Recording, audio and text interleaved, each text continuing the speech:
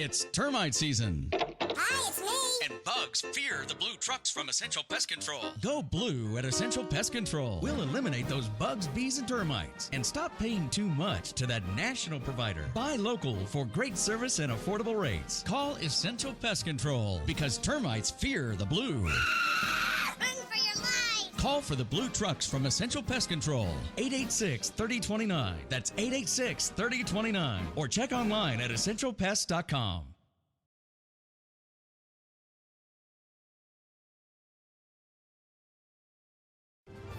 This is Ed Wilkinson with Wilkinson Wealth Management, where we manage money for gun owners. What does it mean to retire comfortably and remain comfortably retired?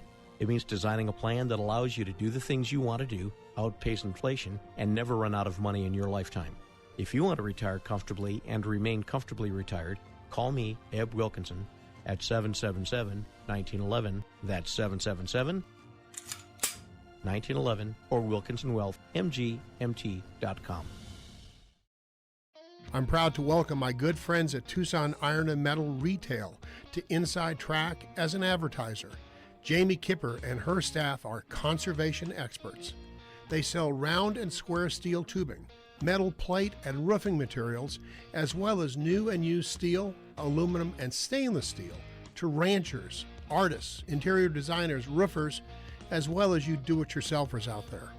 Tucson Iron and Metal Retail is open Monday through Fridays, 8 a.m. to 4:30 p.m., and Saturdays, 8 a.m. to noon. Tucson Iron and Steel Retail, 701 East 36th Street. Call 520-209-1576. That's 520-209-1576. Or go to TucsonIronRetail.com. Come by and be sure to ask for Jamie. Tucson Iron and Steel Retail. This is what conservation and repurposing is all about.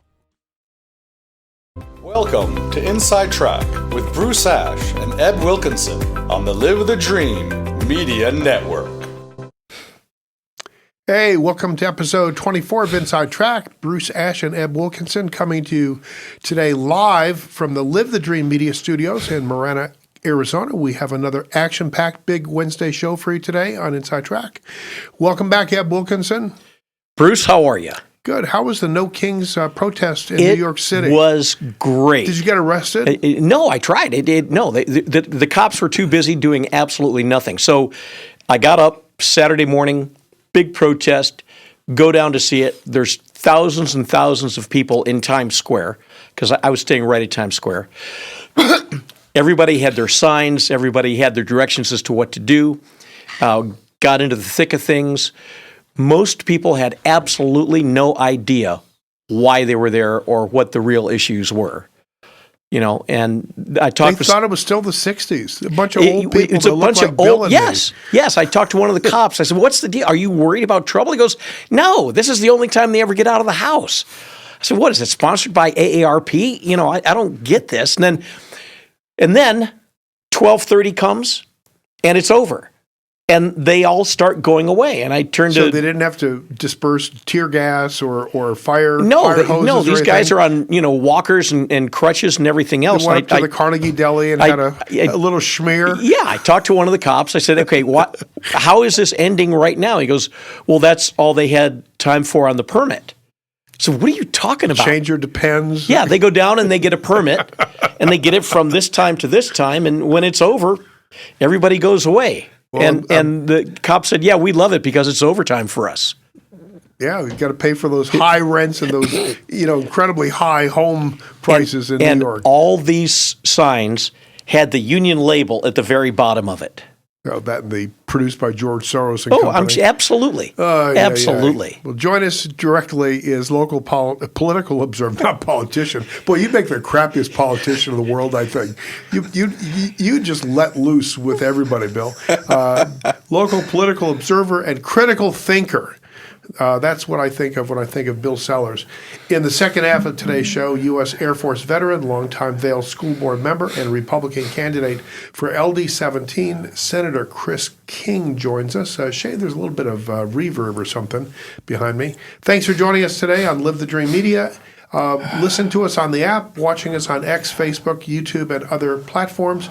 All of our shows are available. Did I just step on you? No. Don't worry about that. Okay. I'm used to it. Talk to us. I was at the No Kings riot.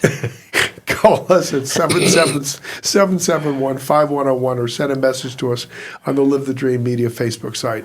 First half hour of today's show is brought to you by our good friend Eric Rudin at Essential Pest Control. Call Essential Pest to keep your home or business free from all forms of pests, insects, and weeds today at 886-3029. Hey, And I got to tell why don't you do the next section? I got to tell you, Bruce, Eric's company is so good, and I cannot keep from saying how professional, how great, how quick they those responded. guys are great. They were wonderful. Yeah. And Eric, I'm going to give you a call because we've got to get a termite treatment over at Tammy's place. Okay. Before we get rolling, a couple of quick announcements and requests. If your Tucson City election mail-in ballot is still sitting on your coffee table, I'm going to ask you why. Don't be a lazy knucklehead. Get out there, grab a pen. You're supposed to say, for Christ's sake. For Christ's sakes, grab a pen, get out there, vote for Janet Wittenbreaker and Jake Tolkoff for City Council. And while you're at it, vote against that lame brain Prop 417. Vote no against Mayor's general plan update as well as the TUSD budget override to raise your taxes. One last mention, our friend Anita Davis will be joining us soon to collect wreaths across America. Chris and Bruce and I support her, and we hope you will too this holiday season. And that's it for the announcements. Bruce and I are pleased to welcome our first guest today, William T. Wild Bill Sellers. We think he's one of the smartest guys around. Bill, good morning. Good morning. How are you? Better than I deserve. God bless you. Bruce. We think Bill's one of the smartest guys around, and I watch your emails on varied topics and think we may have been on a joint conference call at the same time at some point in time, but this is the first time we've met in person. Right, we have. Yeah, we had an Exactly. You've had an interesting and varied career. Before we get into the meat of today's talk, give our viewers and listeners a quick background on what you've done in terms of federal technology commercialization. Yes, I was trained after the Cold War ended by the Department of Energy and the Pacific Northwest National Laboratory up in Richland, Washington, because the federal government, and I put it in a metaphorical sense, if you remember the closing scene of the original Indiana Jones movie, where the guy's pushing this enormous crate that has the Ark of the Covenant into an enormous warehouse with all these other crates. Right. That place actually exists. And what is in there is a lot of taxpayer-funded technology that does not have any national security implication, but it does have commercial applicability. And it's something that we can get out, but we have to be careful how we do it, and we have to make sure that there are rules there that nobody can game the system. So there are basically 5 major federal technology transfer laws. And this is the benefit of having a national laboratory in your city. And I think that Tucson, if we could clean some things up here in Tucson at some point, the Space Force may actually want their own national laboratory. And Tucson, in my opinion, could be that place. How likely is that to happen, though? Right now, it's not very likely at all.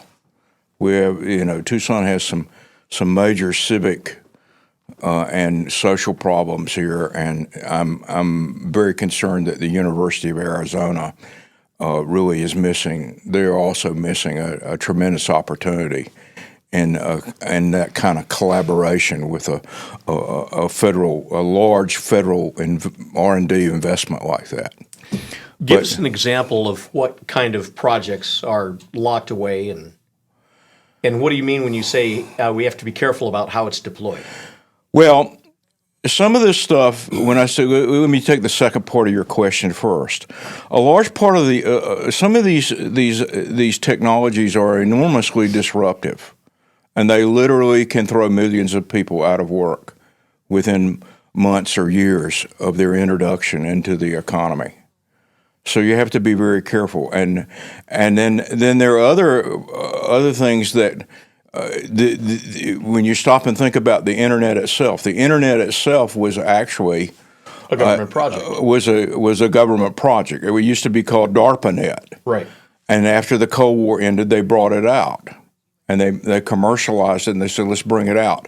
And it became it's a tree trunk with many, many branches. It's a tremendous tree trunk with many, many branches.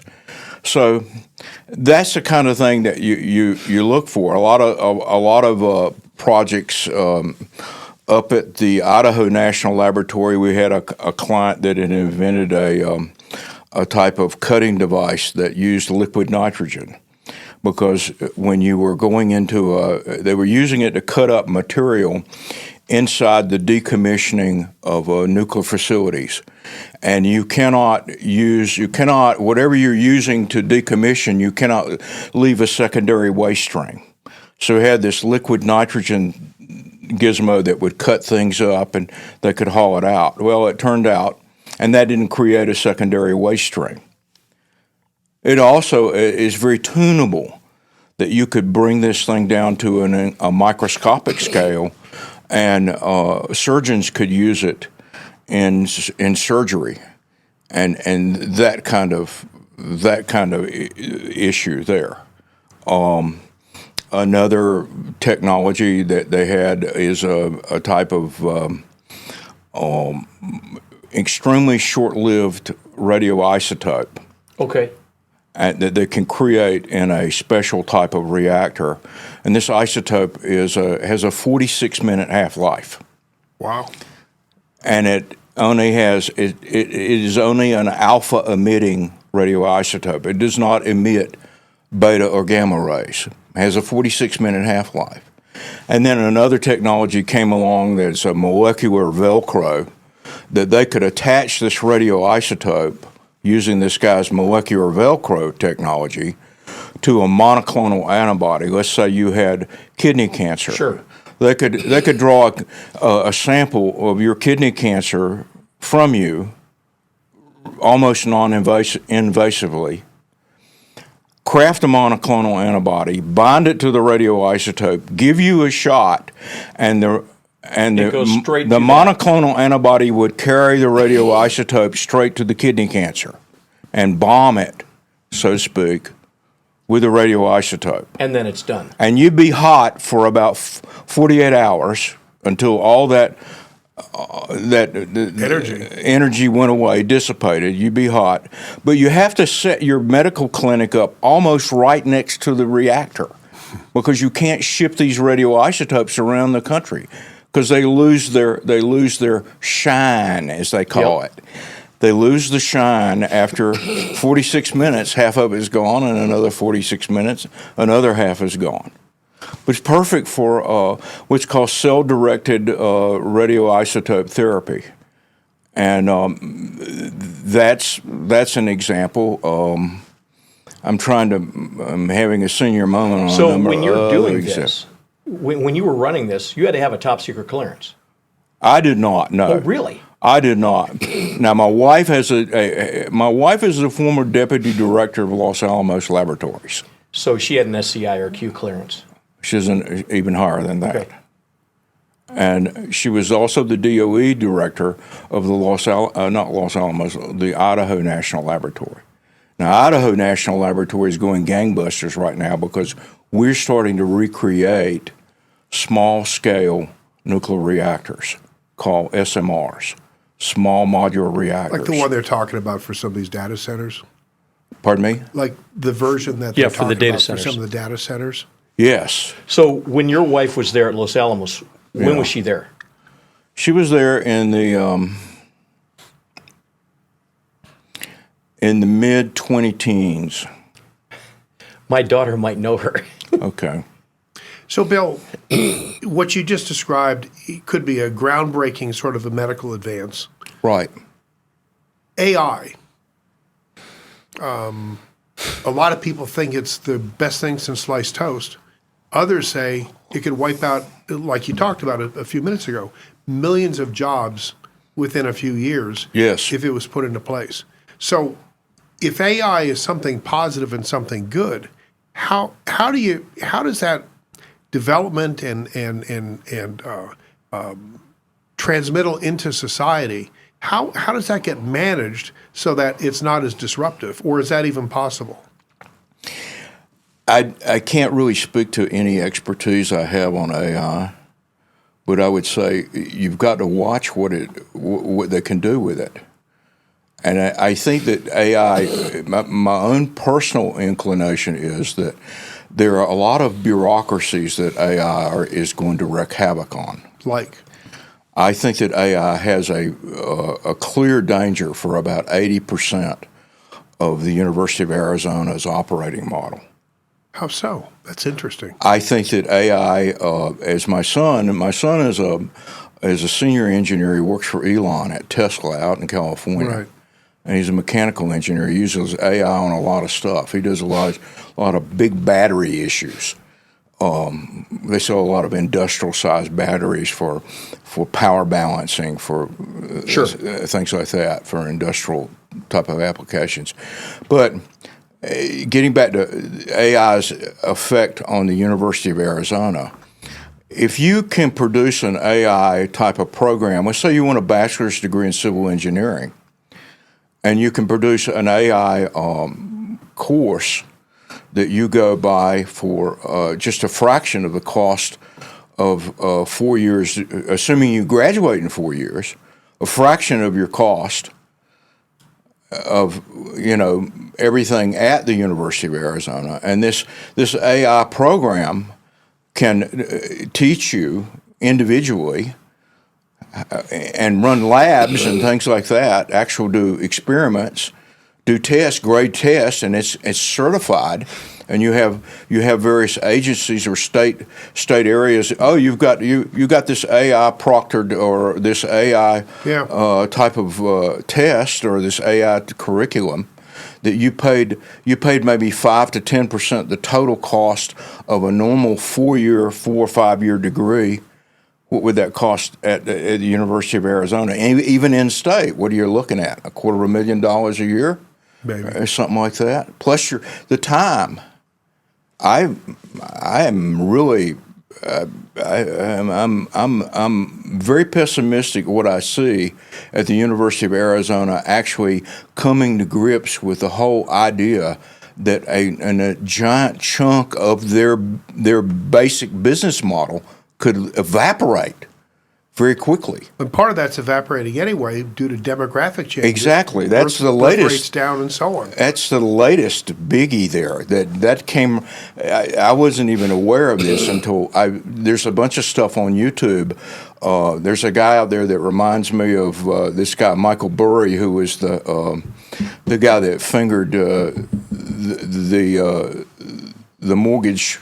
Oh, yeah. The mortgage loan debacle and as a Freddie precursor Mac, to the Lehman Brothers collapse. Right. Michael Burry out in California, he's autistic. There's another autistic guy, Harry Markopolos, the guy that busted Bernie Madoff. Right. These guys, these autistic guys, they're very detailed. We've got this guy out in Boston is now looking at all this downturn, like you're saying about the population of students. And here's U of A suddenly comes out of the blue and says, "Oh, by the way, our fall 2025 enrollment is down 20%. Where'd that come from? Well, so this is interesting, Bruce, because what he's talking about, all the parents out there that are getting the ESAs and want to homeschool their kids, it sounds like AI could be the proctor for all this to help the parents homeschool their kids. Yeah, that's a great transition, from collegiate level to grade school level. absolutely. So And all these TEP teachers are going to be pissed. so the three of us They are. The three of us are in our 60s and 70s. We come from a time when things moved much, much slower than what they do today. And the pace of life, the pace of technology, the pace of everything, it seems, has increased velocity over the past, certainly 10, 15 years, even faster than what it was, say, from the 70s through the turn of the century. Application of Moore's Law.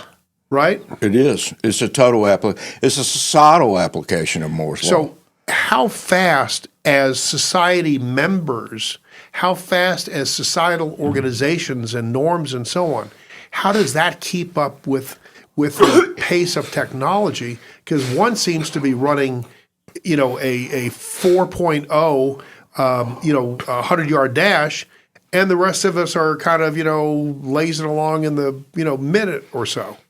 Right. I think that people will come to value authentic time in their lives. They're going to have Define that. there'll be authentic times in their life where they're with their family or they're with their community or with whatever it might be. And these will become even more valuable, these times and the things that help them in the authentic time zone maintain that authenticity, so that it's a kind of compartmentalization. You're going to become even more compartmentalized in terms of it's just speaking with your family and this type of thing. You're going to have to have a certain element of discipline that you don't let these other issues, these other things that are so fast that you're talking about, that they don't bleed into the time that you want to set aside. So one of them is this damn phone. Exactly. Okay, and look, I love my sons. They're great. They're great Right. men. We're at the basketball game the other day. Mike, forgive me. I'm talking about you on air. I promise I'd never do that. But as we're watching the basketball game, there's Mike, and it wasn't a blowout. Also, it wasn't like a tied all the game either. And he's on Instagram looking at like little things. I'm like, man, I can't even imagine doing that. Right. So take that back 30 years ago versus now. When you watch people go to a concert, whatever famous artist that you think of, they're in there watching it with their phone. They're not really watching it. 30 years ago, 40 years ago, when we didn't have that, they were truly experiencing that concert. I don't understand things like this. Well, a good point about this, because we've allowed, and I see this coming, and with the adult, the thing that's just passed now, where they're going to want adult supervision or adult permission to get on like these X-rated sites, the OnlyFans and the porn and all that stuff. But what you're finding is that my wife and I just went down to South America a couple of years ago for 6 weeks in Chile and Argentina in 23. I saw none of the kids down there except in a few spots in Santiago and Buenos Aires, on their phone. But the phone had become this marvelous utility device that everybody down there is networked on the phone, on their cell phone, for you to get restaurants and tours and all this other stuff via the telephone. So families are going to have to start becoming more disciplined in how they allow their kids to interact with all these appliances, these smart appliances. That's going to be very important, and that's kind of a segue. If you want to talk about it, you could actually get into something like, liberal parenting versus conservative parenting almost in that type of area. Well, Bill, sadly, the half hour that we had planned is vanished. It has gone like at the speed of light. Right. And we never got to our first question. Actually, I think this is one of the best segments we've had, not just since we came to live the dream, but maybe since we came on radio. We got to have him back on. Well, I'm hoping that for an hour. I'm hoping you will come back with us, sure, sometime soon, and perhaps even if you're willing or able, be kind of a semi-regular, because the things that you know the things, the thoughtful thinking, the critical thinking that you've done, I think, all of your life. This is stuff that more people need to understand, more people need to hear about. And they're not going to hear about it just listen to these two jabbermouths yakking away about political stuff. I think this has been one of the most enlightening times we've ever spent on the show. Well, thank you. And thanks for joining us. All right, when we return, GOP candidate for state senate, LD 17, Chris King. No channel flipping. That's a relic of the old times, flipping channels. We'll be right back. You're listening to Inside Track with Bruce Ash on the Live the Dream Media Network. Now a word from our sponsor. It's termite season. Hi, it's me. And bugs fear the blue trucks from Essential Pest Control. Go blue at Essential Pest Control. We'll eliminate those bugs, bees, and termites. And stop paying too much to that national provider. Buy local for great service and affordable rates. Call Essential Pest Control because termites fear the blue. Run for your life. Call for the blue trucks from Essential Pest Control. 886-3029. That's 886-3029. Or check online at essentialpest.com.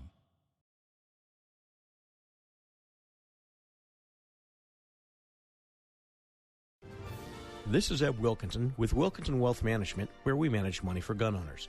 What does it mean to retire comfortably and remain comfortably retired?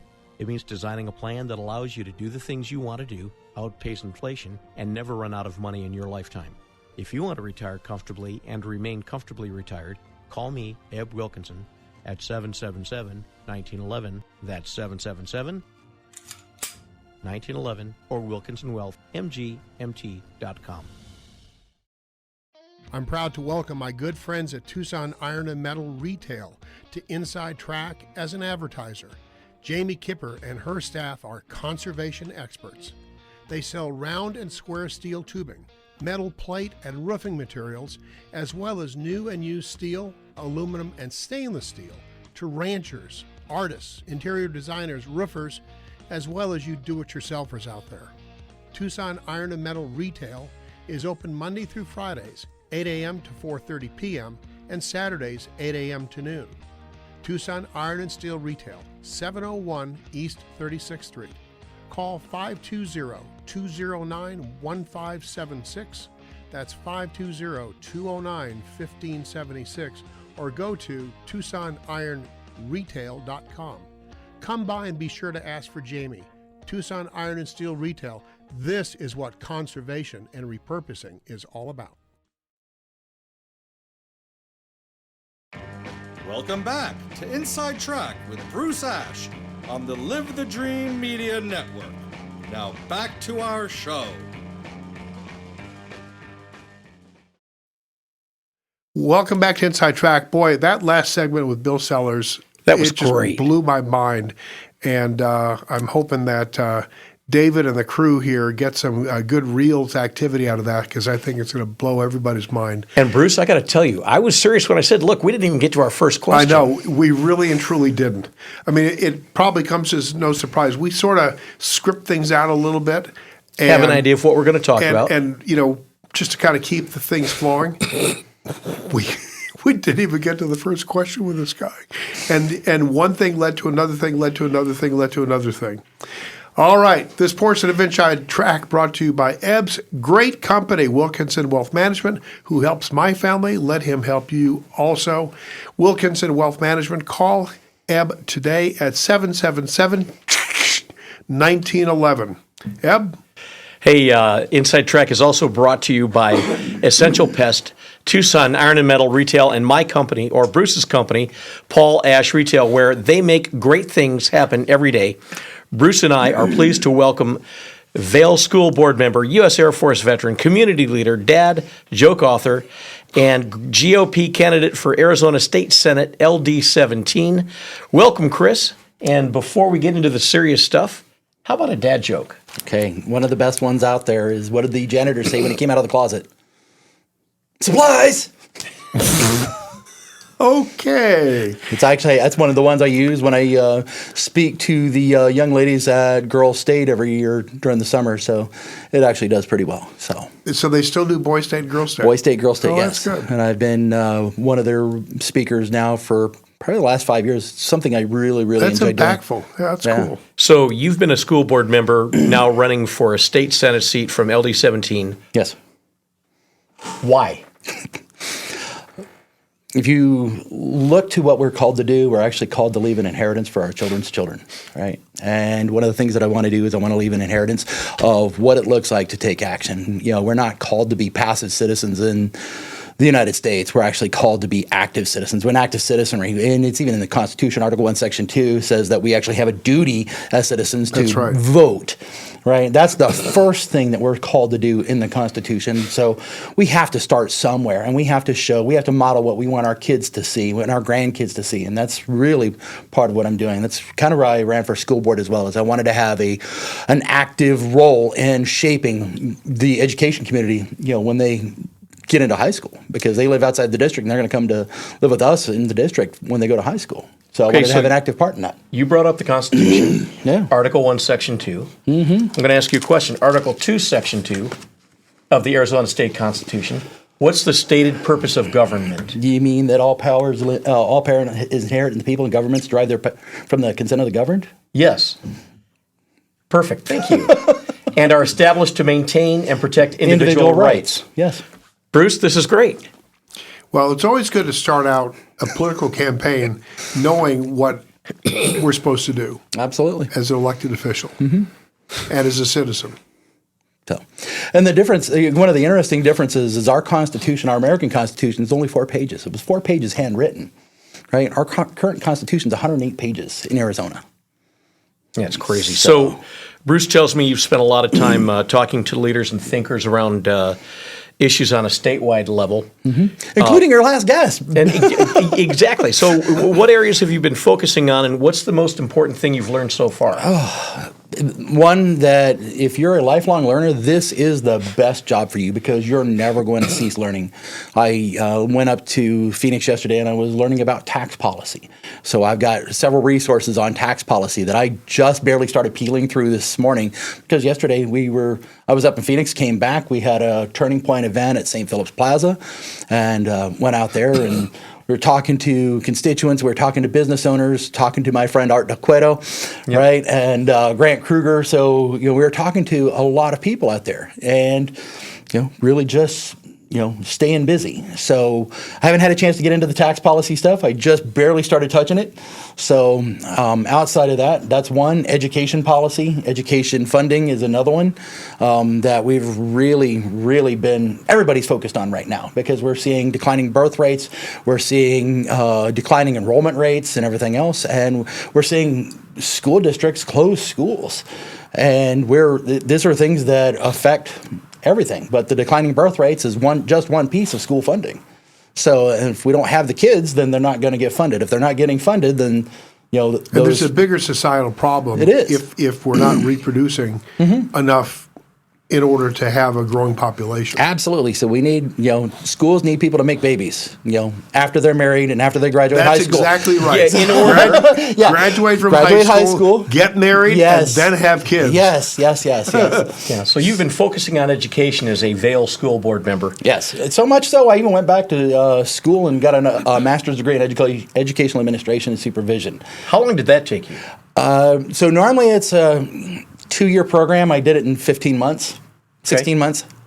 All right. So, talk briefly about the lawsuit affecting the state educational funding, which has a huge price tag if the court forces the state to change their funding again. Right. So the capital funding suit is actually one that says the way that the legislature funds Arizona Capitol building and everything else is unconstitutional. Well, right now the legislature is appealing that. So we're looking possibly 3 to 4 years down the road before we even see any type of resolution on that. At least that's the current consensus right now. It could actually go, and the judge say, nope, that's it, and it's done. And then the legislature will actually have to be compelled to fund capital research or capital funding out there. And right now, I think the last number that I saw was between $230 and $300 million, and that's just to get caught up. That's not even new funding. So that's capital funding. Capital funding, yes. So if school attendance is lower because there's fewer kids, I mean, the population continues to grow, people continue to move into Arizona, but if school age population is down, is there a need to build a bunch of new schools? Well, right now, what we're seeing is we're seeing districts actually trying to right size, and there are several districts in Arizona that are looking to close schools. So I was just in Phoenix on Friday and Saturday, and Scottsdale Unified is actually looking to close schools. Amphi is looking to close schools. So here locally. So there's a lot of districts looking to close schools. I think Kyrene is looking to close 5 schools up in Maricopa County area. And that's kind of that Tempe area Yeah. where there's not a lot of reproducing going on right now because they're all a bunch of feet leftist snobs. Yeah. Oh, and some of the interesting things is and I learned this by being a school board member is that when we were planning population growth and planning for kids and everything else, you used to plan 1.2 kids per rooftop, for the developers and everything else. Sure. And now it's dropped to 0.6. So we're not even getting the full number of kids. Yeah, that's the red line, man. Yeah. That's the red line. So we're really. So at is point. that because young people aren't coming in and reproducing, or is that because old people are coming in and not reproducing? I think it's a mixture of both. Yeah, that's a great point, Eb. I really do. I think it's a mixture of both. Kids are not leaving home as young as they once were. I left home when I was 20, because after I graduated high school, I went to work, and then I got tired of getting laid off, and I joined the military. Right. So I was barely 20 years old when I left for the military, and haven't been back since, other than to visit. So, but kids now are, they're staying till they're 26, 27, even up to the mid-30s. Almost like Italy. Mm-hmm. Really? Yeah. So, Chris, Yes, sir. you become a school board member down there in Vail. Mm-hmm. You had not done that before. No, absolutely not. What were you doing prior to that? Oh, By the way, I'm setting you up. But I'm letting you know ahead of time I'm setting you up. All right. So prior to that, I was just very, very active in the party. So I was retired. I had been a contract instructor after I retired. That's kind of what got me involved in education. They say that if you go ahead and tell everybody your plans, God's going to stick his finger in the mix, and he's going to really mess you up and kind of drive you off in a different direction. And who knew? Because I had avoided higher education for my entire career because I didn't want to go back to the schoolhouse and be an instructor because it takes you out of the operational environment. Needless to say, right after I retired, I end up down at Fort Huachuca as an instructor and really, really got involved in the educational arena. And that, coupled with public safety, got me kind of invited to talk to some people at the state level, here locally, that were dealing with school safety, because we were dealing with some school safety issues, mid 20-teens, whatnot. So, give me an example of what you mean by a school safety issue. So we were talking, the people that were talking to me were looking at physical safety. They were looking at infrastructure safety. They were cybersecurity type things. It was a myriad of complex topics. So they were looking at finding the various ways without the political aspect of keeping kids safe. And then I was actually out in Virginia at a course learning about being a better, field director and, getting, youth involved in the political arena, because that's really where we need to start. We need to get the kids, actively learning about the process, because we haven't got kids, we're not teaching kids what we need to be teaching them on the civic side. And we're getting better, but we're not quite there. So I was there. I get a text message. Hey, there's a long-term substitute teacher position open. Talk to this lady when you get back. Next thing you know, I talk to her, and I go in. I talk to her on a Saturday. She shows me around the school. I didn't even realize it was a job interview. Kind of like it was my first one. I've learned since. You're a little dense, I think. Well, she was setting you up. I think it was my friend who we still meet for coffee and we talk all kinds of issues. But I go in, and then 3 weeks later, they're like, hey, can you come in and sub this day? I'm like, sure. So, and I've been now going into the classroom. This is my 8th year as a substitute teacher. Down in Vail? Actually, I'm at a charter district north of Vail. Okay. So, and I really, really enjoyed it. And I ran into a former student last night, and he goes, I remember you. He goes, I didn't know you were running for Senate. By the way, thank you. You actually made the Constitution come alive. You actually helped me understand. And he's got this big old "We the People" tattoo emblazoned across his arm. So I might have done something right, I think. So you do that. Life's good. Things are great. Why the hell did you want to be on the school board? It goes back to my granddaughters. It really does. It goes back to my granddaughters. I wanted to make sure that we lived in the district. We bought our house where we did almost 21 years ago. It's 21 years next month. For that reason, Vail schools were #1 schools in the state in 2004, 2005. So that's where we bought our house. And my kids graduated from Vail. My daughter, my son, they love the school, and we think they turned out well. So I wanted my granddaughters to have that same opportunity, that same educational opportunity. So I ran for the board, and that's really did. So you get on the board. Mm-hmm. What did you find out, however long later, that you had no idea you were getting involved with on the board? Oh my goodness, I'm glad you asked this question.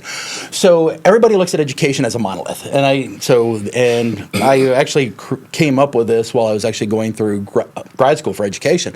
Everybody looks at education as a monolith. It's this one big entity. It's this big monolith, education, and they think that's everything it is. And that's actually not what education is. Education is a sea urchin. So, and I'll explain the analogy here.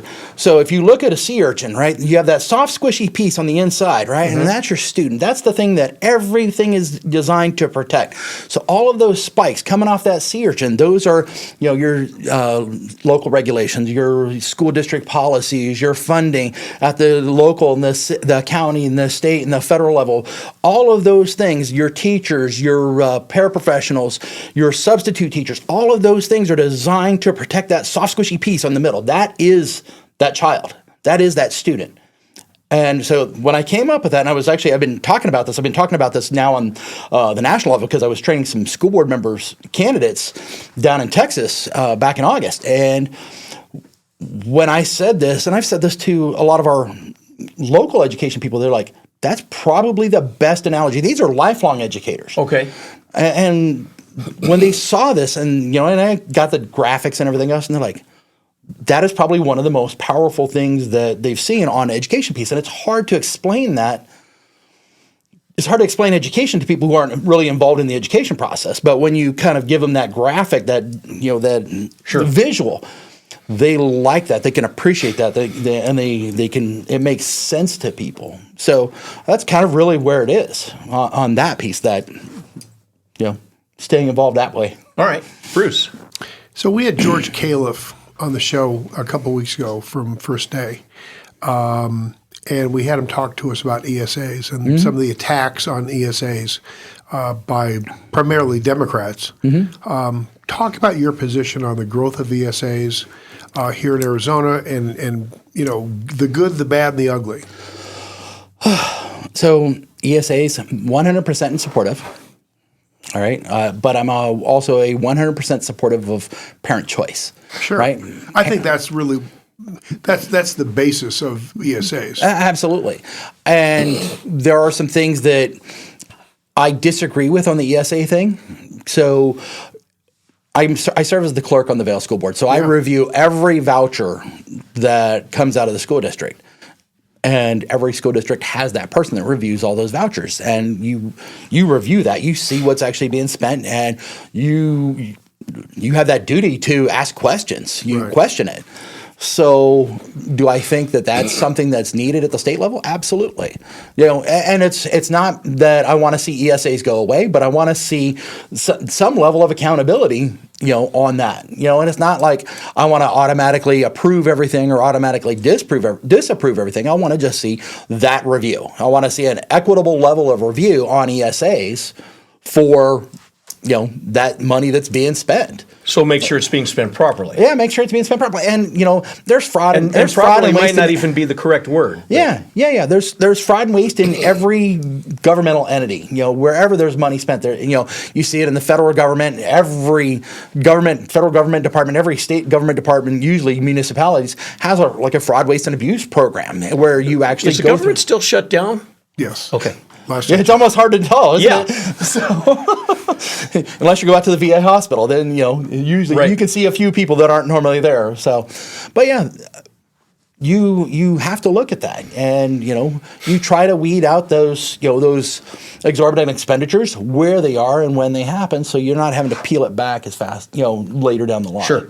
So yes, I'm fully supportive of VSAs, but I do want to see that independent review, and I understand that $2,000 automatic approval with that review after the fact, and that's risk-based auditing. So it's similar with other areas, but maybe we could actually get it down a little bit lower. I don't know. So I don't have the answers to everything. Contrary to popular belief, we don't know everything. Yeah. So you talked about being a substitute teacher, long-term substitute teacher. Mm-hmm. What have you learned from that experience? What's the greatest story that you could tell about a classroom event? And then what have you learned from being a teacher in the classroom? That kind of translates now as you make it to the Senate. Mm-hmm. Okay, and now you're in charge of helping fund and hopefully regulate in a positive sort of a fashion education in the state. So one, education funding is extremely complicated. At the classroom level, one of the best stories that I have, and I actually talk about it in my book, in my dad joke book, the young lady who's graduated high school now, I was just talking about her earlier this week with the teacher who recruited me. Went into the classroom. This was right after COVID was over. She was still wearing a mask and everything. And you could look at her. You could look at her, and you could see that she was kind of broken. You could see, the way she carried herself, she was broken. Shoulders forward, always looked down, and the soul was it was damaged really at that point. And usually I start my classes just like we started the show today. I start with a dad joke, and I always try to keep that energy up, all the way through that class. And I have students always ask me, "How do you do this?" I said, "Because I'm here for you," and that's really what it is. I'm here for you, and I'm going to try to come back to that. But I start the class with a dad joke, and this girl comes up and asks me, and she's got her mask on and everything, and she tells a dad joke, and it was okay. It wasn't bad. And then she tells another one. I was like, okay, now we gotta get to class. I'm gonna back up a minute though. This is the cool part. The prior class that we were in, I was auditing my friend's class, and this young lady was standing up giving a stand and deliver speech. And she had the microphone in front of her, but you couldn't hear her voice barely. She had her Chromebook up in front of her face, and you couldn't see her face. You couldn't even see her mask. You could barely hear her voice. And we gave her some constructive criticism, and not, to build her up, because her voice was, you knew her voice was in there, but her soul was kind of, her soul was wounded really at that point in time. And we got into the class the next time, that next period, and she told those dad jokes, and you could see it, and the dad joke that I told, this is one that this is my absolute favorite dad joke, is why'd the soldier flush the toilet? Why? It was his duty. So this young lady, she turned bright red, just laughed and laughed, tears rolling down her eyes, and that's what got her to tell dad jokes. And that was it. That was the last time, I saw her. A couple weeks later, I'm back in the classroom, and I come around the door. I come around the corner of the building, and the students are like, "You did this to us," and they were indignant. They were like, and I'm like, "Wait, what's going on?" I'm just going to sit down my laptop and my lunch bag. What's going on? And they're like, "Ugh," and they were mad. And the teacher that recruited me, he's like, "You realize you created a monster?" I'm like, Okay, so I go set my stuff down. I come back, and here she comes. This young lady. It was like her soul had been electrified. There was no mask on her face. Her posture had changed. Everything about this young lady had completely changed. And she was there, and she was just dad joke after dad joke after dad joke after dad joke, and she just had everybody going. But everything changed based on that one dad joke about a soldier flushing the toilet. That's great. So now, taking that back, you asked, how is this going to tie to the Senate? You have to find, when we get money to school districts, we have to get the right people in the classroom, because not everybody has a teacher. Not everybody can be a teacher, because there is an art and a science to it. And they call that the pedagogy. That's that art and the science that goes into it. And we have to find the right people. We have to pay them. We have to pay them appropriately, right? But we have to find the right people. And we get the right people in the classroom. We pay them appropriately. We keep them in the right spot, right? We give them the opportunity to shine, right? And if you've ever read the book Never Eat Alone, I haven't seen it. It's a great book. One, you have to make those connections, right? And then another one's Good to Great. You have those books there. They're really, really good at helping develop those teachers. So Keith Ferrazzi and Jim Collins. So those are the authors, by the way.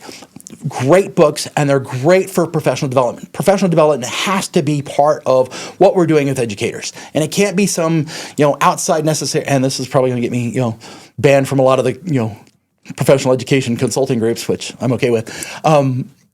You have to have the teachers who are in the classrooms every day, who are seeing these kids, because these teachers actually do this, every day. So they're the ones that need to be leading their professional development.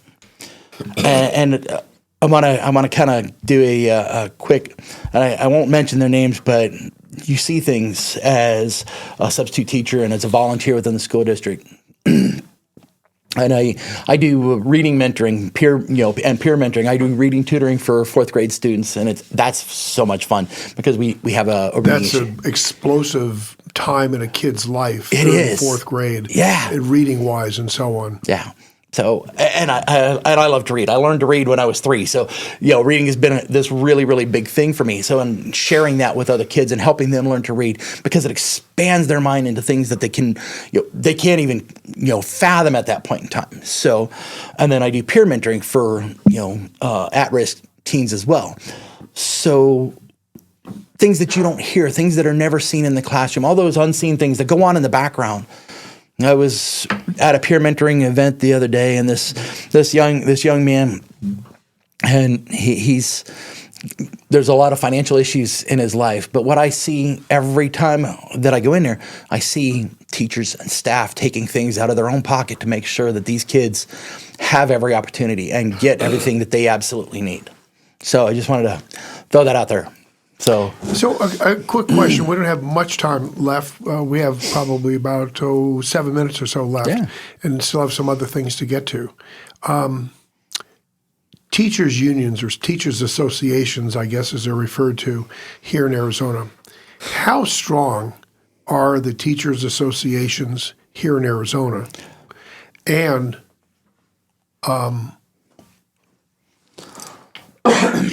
are all of the stories negative about them, or is there any good to them? What good are they doing in the educational system? You're obviously, you have, I don't think you're going to get an endorsement from them anyway, so I don't think you're burning any bridges behind you. Probably not. I'm not sure exactly how strong the teachers unions are, but I believe that their strength is dependent upon their school district. Vail, we don't have a union. We don't have a collective bargaining agreement in the district, so we only have a few teachers who are involved with the association. So how does that affect not having a collective bargaining agreement in Vail? Mm-hmm. How does that impact, good or bad, recruiting and hiring good teachers? We are, we hire the best and the brightest that we can get, and our superintendent or assistant superintendent sit down with every teacher candidate, and they interview them as well. So, and we've got 2,300 staff out in Vail. So they sit down with every teacher candidate, and if it's not a right fit, it's not a right fit. Thank you for time. Yeah, so it's interesting that they do that, and yet they are so highly rated versus some of the school districts that have that collective bargaining, and the parents are pulling their kids out of there. So and parents have a variety of different reasons for pulling their kids out of a government school. What's the Vail experience been with respect to children who have made the decision along with their parents to leave the Vail district and do something either charter or private school? So the Vail School District, we don't have any privates or charter schools in our district. We do have some homeschool parents, and again, I fully support that parental choice. Yeah, sure. Because I think that's important, because parents are the best gauge of their kids. If all the teachers in the district modeled what you've just modeled here, and it's no secret to any of our viewers. I mean, I've known Chris for a number of years. This is the Chris that I've always known, maybe a bit more evolved and aware, but this is the same guy that I've known for a long, long time. Yep. And a workhorse, not a show pony. You're right. And believe me, I know you've been sweating away like all the other grunts who make things happen. So talk about that. Which part? The being the grunt? No. In terms of why kids leave Vail School District. So we don't have very many that leave the district, though. We actually have I want to say about 8% of our district are open enrollment. So we got kids that are coming. So people actually seek. People come in, the district. Absolutely. They want to flow towards excellence. Absolutely. I guess. Right. And we offer, we're a lighthouse district for special education. We've got a lot of special education students. We offer a lot of very great programs. We, on top of the special education programs, we offer a number, I think it's 23 now, it's what we're up to, career and technical education programs. We got kids who graduate high school and go to work and pull six figures right out of high school, just because it's amazing. That's what we do. It's amazing that people don't see this more, Bruce. Right. So, when we talked last year, and you had Frank Antonori on, right, and we were talking about career and technical education, you're not going to find a stronger advocate for career and technical education, because when I came back from, overseas, and I, finished my last year in high school, I was a career and technical education kid. They called it VOTEC then. Yep. Right. So I was a construction trades kid. And I went out and I learned the various construction trades, and that's what I did after high school. So, and I just got tired of getting laid off, 2 different seasons out of the year. So, especially being in the Midwest. So it's like, okay, so I joined the military, and then I learned another trade, and then I learned another trade, and I just, again, continuing to learn. Life learner. Absolutely. And I think there's a lot of people serving in the state legislature who long forgot or maybe never knew about life learning. You could be a real fresh air coming into that body. Oh yeah. So in the past couple of minutes that we've got left, so you get elected, you're going to be dealing with Katie Hobbs. She loves her. Maybe because okay, we have a governor. We have a new governor possibly coming in. You might be. Katie might be taking a vacation, which would be great. Yeah. Okay, but if all goes to hell and you're dealing with Katie Hobbs, she's got her veto pen. What's the Republican legislature need to do to get more bills signed? One of the things that I found, and this actually came from being on the school board on a divided board where we were perfectly balanced. We had 2 Republicans, 2 Democrats, and an independent, which was great because what it did is it actually compelled merit on ideas and thoughts and the way things did. And we worked across the aisle. My next door neighbor, who's 180 degrees out from me politically, we actually sat down. We can sit down today and have conversations based off of the merit of ideas. He used to be the literature guy. Now I'm the literature guy. So, and we look at things, and you have to be able to, and I've been using this a lot lately, there has to be reason over rhetoric. You can't just automatically go out there and say, I hate you because of, the letter behind your name. That doesn't work. You don't do that when you go into a restaurant. You don't do that when you go into a shopping mall. You don't do that when you go into anything else. Then why in the world are we going to do that when we're dealing with some of the most important things out there that impact the lives of children? Because if you think about it, this is something we have up in our district. It's a poster that we have in our boardroom. It says, everything we do here impacts the life of a child. If you think about the legislature, everything they do there impacts the lives of our children, our grandchildren, and our posterity. So if we're not taking that into consideration, we're doing this all wrong. And I don't think that some of the people up there are necessarily looking at that. Chris King, GOP candidate for LD17. Thanks for making the cross-country schlep up here to Marana this morning. Hope to see a lot more of you through the election and beyond. How can our friends support you? So you can go to Chris King for AZ. You can donate. Is that Chris a King for or F-O-R? F-O-R. I'm a teacher. I spell it F-O-R. So chriskingforaz.com, and you can click donate there. We're going to be out throughout the district. We're gathering signatures, collecting money, and talking to people. So everywhere we can be, we're going to be. All right. Eb, take us Hey, home. thanks for joining us on Inside Track. Until next Wednesday, when retired Navy Captain Bob Wells and former captain of the USS Cole, U.S. Navy retired Captain Kirk Lippold talk about that fateful day when the world saw the early signs of global terror. Until then, this is Eb Wilkinson. And Bruce Hash. Be sure to vote for Jenna Wittenbreaker and Jay Tolkoff, plus vote no on the TUSD override and the new city general plan. Those guys are crooks. We look forward to joining you again in 167 hours. Go Dodgers, beat the Blue Jays. You're listening to Inside Track with Bruce Ash on the Live the Dream Media Network. Now a word from our sponsor. It's termite season. Hi, it's me. And bugs fear the blue trucks from Essential Pest Control. Go blue at Essential Pest Control. We'll eliminate those bugs, bees, and termites. And stop paying too much to that national provider. Buy local for great service and affordable rates. Call Essential Pest Control because termites fear the blue. Run for your life. Call for the blue trucks from Essential Pest Control. 886-3029. That's 886-3029. Or check online at essentialpest.com.